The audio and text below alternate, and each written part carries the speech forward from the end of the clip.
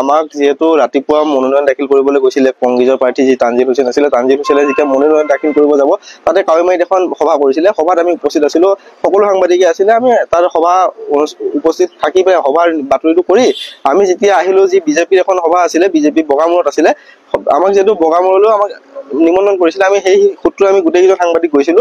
যোৱাৰ পিছতে যেতিয়া কংগ্ৰেছৰ ৰেলী এটা ওলাইছিলে, সেই ৰেলীটোত কিন্তু কংগ্ৰেছ আৰু বিজেপিৰ মাজত তৰ্কাতৰ্কি হৈছে, সংঘাত হৈছে, গাড়ীত আক্ৰমণ কৰিছে।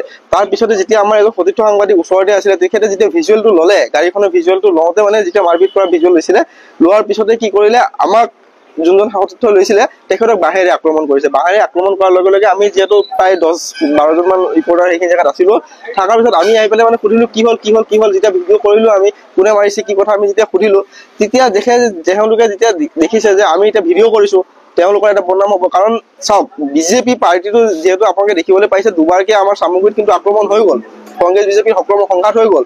ৰূপহী কওক বা আমাৰ চামগুৰিত যি কওক, এই দুবাৰ হৈ গ'ল। তাৰ পিছত এইবাৰ তৃতীয়বাৰ তেওঁলোকে যিহেতু চাওক এতিয়া আক্ৰমণ কৰিছে, আমি যেতিয়া বাতৰি কৰি দিম তেওঁলোকে লাজ পাব। বাতৰিটো যাতে আমি কৰিব নালাগে, সেই সূত্ৰে তেওঁলোকে আমাক কি কৰিলে, আক্ৰমণ কৰিলে। কি সাংবাদিকজনক ধৰ মোবাইল ভাঙ। ইভেন আমাৰ এজন সাংবাদিকৰ মোবাইল ভাঙিছে আৰু এজন সাংবাদিকৰ মোবাইল লৈ গৈছে। ইতিমধ্যে কাৰো হাততে নাইকিয়া মোবাইল, 2জন মানুহৰ মোবাইল লৈ গৈছে। আৰু এজন সাংবাদিক আছে, আমাৰ সতীৰ্থ সাংবাদিক, তেখেতৰ মোবাইলৰ পৰা ভিজুৱেলখিনি ডিলিট কৰিছে। ভিজুৱেলখিনি ডিলিট কৰাৰ পিছত তেওঁক মোবাইলটো ঘূৰাই দিছে। আৰু চাওক, তেওঁলোকে এনেকুৱা ধৰণৰ কাম কৰিছে, যিখিনি পাব্লিক আছিলে, আচলতে কিছুমান জেনেৰেল পাব্লিক, সাধাৰণ জনতা আছিলে, তেওঁলোকে গাড়ী লৈ সেই ৰাস্তা দি আহিছিলে। ৰাস্তা দি অহাৰ সময়ত কিন্তু তেওঁলোককো আক্ৰমণ কৰিছে, তেওঁলোকৰো গাড়ী ভাঙিছে।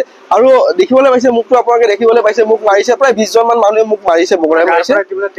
হয়, নিশ্চিতভাৱে চাওক, চাৰ্ট তাত ফালি আছে, গাৰ পৰা তেজ ওলাইছে, মূৰত মাৰিছে। মানে 20জন মান মানুহে কৈছো, প্ৰায় গ্ৰুপতে মোক পেলাই মাটিত বগৰাই পেলাইছে। তাৰে এজন ভাল মানুহ আছিলে, মোৰ চিনাকি আছিলে। সেই মানুহজনে মোক মানে শেষত আৰু গৈ পেলাই মোক দেখা পাইছে, যেতিয়া দেখা পাইছে, মোক দেখা পাই কিনে মোক সাৱটি ধৰিছে, সাৱটি ধৰি পেলাই কৈছে তুমি পলোৱা। তেখেতে মোক যথেষ্ট সহায় কৰিছে। যেতিয়া তেখেতে মোক উলিয়াই দিছে, তাৰপৰা তেতিয়াহে মই আহিব পাৰিছো, নহলে আজি তেওঁলোকে কি কৰিলে হয় হয়তো আমি নিজে পৰিকল্পনা কৰিছিলো। নিশ্চিতভাৱে চাওক, তেওঁলোকৰ বিফলতাটো তেওঁলোকে দেখাইছে আমাক। কাৰণ তেওঁলোকে যিহেতু কংগ্ৰেছৰ লগত আক্ৰমণ কৰিছে, আমি বাতৰি সম্প্ৰচাৰ কৰিম। বাতৰি সম্প্ৰচাৰ কৰাৰ লগতে তেওঁলোকৰ এটা বদনাম হ'ব। তাৰ বাবে যাতে আমি বাতৰি সম্প্ৰচাৰ কৰিব নোৱাৰো, তাৰ বাবে তেওঁলোকে আমাৰ আক্ৰমণ কৰি লৈছে। চাওক, আজি এই প্ৰথম নহয়, কিন্তু প্ৰত্যেকটো জেগাতে তেওঁলোকৰ যি বিজেপিৰ কিছুমান গুণ্ডা থাকে, সেই গুণ্ডা, ভেয়নীয়া গুণ্ডা কিমান, তেওঁলোকৰ নাম আমি নামো জানো, তেওঁলোকৰ ফটো পাইছো আমি। ফটোখিনিতো আপোনালোকক সকলোকে দিয়া হৈছে, আমাৰ হাউচত দিয়া হৈছে।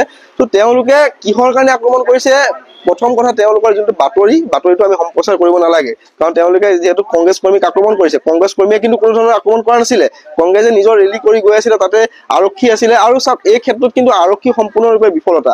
কাৰণ সেই জেগাত আৰক্ষী সম্পূৰ্ণৰূপে আছে, প্ৰায় 10 মিনিট মান আমাক মাৰিছে। 10 মিনিটৰ সময়ত কিন্তু এজন আৰক্ষী নাহিলে, কাষলৈ এজন আৰক্ষী অহা নাই, যে কিহৰ কাৰণে মাৰিছো আহি পেলাই ধৰো নাই। উল্টা নিশ্চিতভাৱে চাওক, আৰক্ষী প্ৰত্যেকটো ক্ষেত্ৰতে ৰহস্যজনক ভূমিকা পালন কৰিছে। কাৰণ বৰতলত যি কেছ হৈ গৈছে, আমাৰ চামগুৰিত যি হৈছে, আজি আকৌ চামগুৰিত হৈছে, কিন্তু আৰক্ষী বৰ্তমানলৈকে কোনো নাই। চাওক, আমি আহি প্ৰায় চামগুৰি থানাত থিয় হোৱা এতিয়া 1 ঘণ্টা উকলি গৈছে, 1 ঘণ্টা পাৰ হৈছে, কিন্তু তেওঁলোকৰ আৰক্ষী কিন্তু আমাক এতিয়ালৈকে বৰ্তমানলৈকে সোধা নাই। তেওঁলোকৰ কথা মানে আমি FIR দিব লাগে। আমি FIR যেতিয়ালৈকে নিদিম তেতিয়ালৈকে লাগে আমাক মাৰি পেলাওক। আৰক্ষীয়ে সেই ক্ষেত্ৰত কিন্তু কোনো ধৰণৰ ভূমিকা নলয়।